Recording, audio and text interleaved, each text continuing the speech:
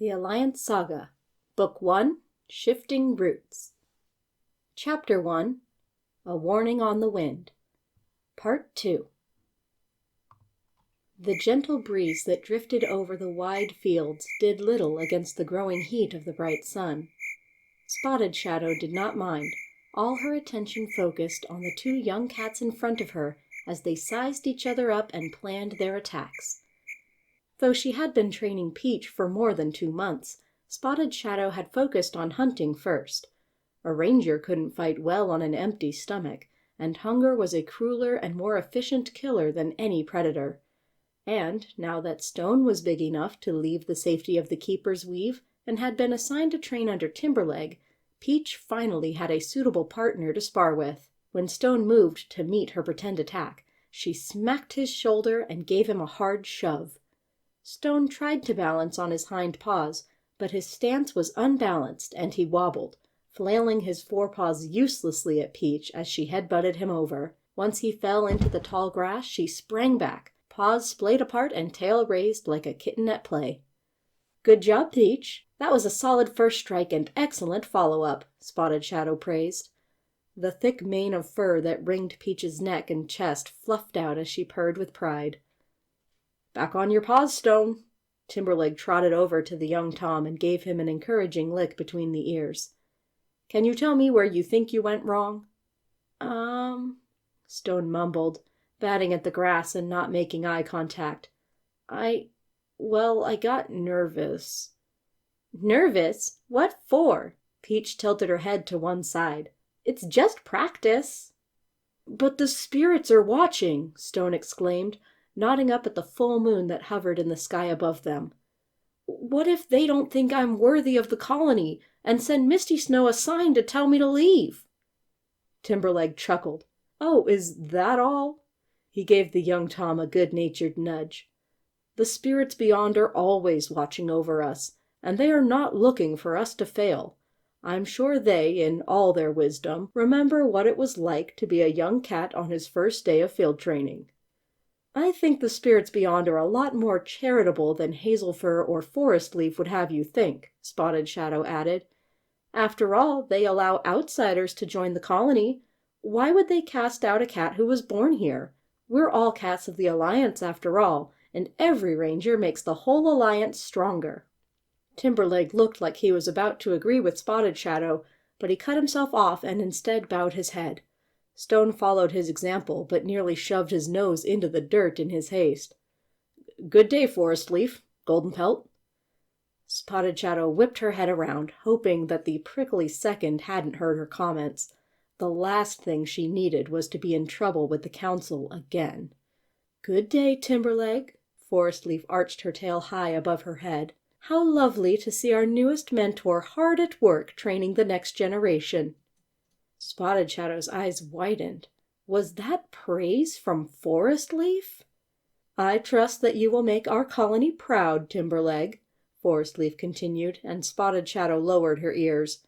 She should have expected as much. Forest Leaf would never praise her, let alone to her face. "Thank you, Forest Leaf, but I'm still training to be a mentor," Timberleg replied, looking as awkward and off-kilter as Stone just had. "You should know that Spotted Shadow has been a great example. I'm learning so much from her. She has a way with young cats that really brings out their potential. You should have seen Peach just now."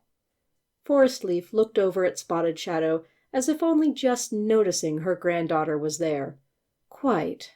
She cleared her throat. "I see that you two have been busy. Captain Hazelfur sent me to inform you both that, against my better judgment, both you and your new claws will be attending the moonlight meeting tonight. Use your time this afternoon to prepare." The tortoiseshell Molly started away, but the golden tabby Tom stayed behind. He nodded to Timberleg with approval. "You're doing a great job, Timberleg. I expect nothing less from my former new claw." He kept the same smug look when he turned to Spotted Shadow, but his tail swept through the grass. "Spotted Shadow, I hope you've been well. It seems like I hardly see you at the base anymore." Spotted Shadow calculated her answer carefully. Whatever she said would make it back to Forest Leaf, and her so-called better judgments were likely shared by the envoy. I've been helping the keepers with the nursery during my spare time. Nightpool's kittens are due soon. I wish there were more little kittens to play with now, Peach whined. Horse and Tabby are going to start their field training soon, so they don't want to play games anymore. All they talk about is which ranger they hope they're assigned to. Goldenpelt's amber gaze softened when he looked at the young Molly. He decided not to bring up the way that his niece had also spoken of nothing else when she was in base training. I'm sure they just want to be the best rangers they can be. Just like you, right, Peachy Keen? Peach ducked her head into her thick mane of fur. Don't call me that in front of Stone. What, too grown up for that nursery name? How about Peach Pit? If it sticks, it could be your ranger name. Uncle Golden, Peach groaned, and he and Timberleg shared a look before snorting with laughter. Spotted Shadow felt an amused purr building in her throat, along with the fondness for Goldenpelt that she had all but forgotten. The envoy was usually so serious, always treading on Forest Leaf's tail in his eagerness to do her bidding. It was hard to remember that he could be fun, or that they had once shared restless nights talking about their dreams and playing games when they were New Claws themselves. Goldenpelt, Forest Leaf called, and he stopped laughing at once. Spotted Shadow nearly rolled her eyes at his abrupt change in attitude. On my way, Goldenpelt shouted back. He lowered his voice and looked directly into Spotted Shadow's eyes. It is a shame there aren't more kittens in Field Colony. He kept his eyes locked on hers. Though there may have been rumors regarding your recent absences from the Moonlight meeting. The fur between Spotted Shadow's shoulders bristled. I will gladly prove the rumors false tonight. Peach and Stone glanced worriedly between the rangers, and Timberleg coughed loudly. Well, it was good to see you, Uncle Golden. You'd better go before Forest Leaf gets impatient. You know how she can be. We'll finish up and head back to base soon. He paused, thinking. I suppose they can skip sprint drills for today, since they'll need their energy to stay awake tonight. Of course. I look forward to seeing you later. Goldenpelt started down the hillside after Forest Leaf, not turning his head to break eye contact with Spotted Shadow until the last possible second. She huffed, releasing her frustration in a single breath, and giving Peach an encouraging look. Whatever Goldenpelt and Forest Leaf's intentions, they were going to the Moonlight meeting at last. Thank you so much for watching, and a special thank you to my patrons. If you'd like to see your name here or in the description below, please consider joining my Patreon.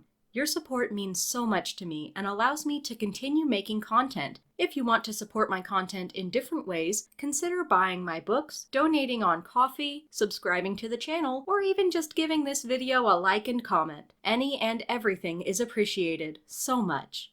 Keep growing till next time, Rose Garden!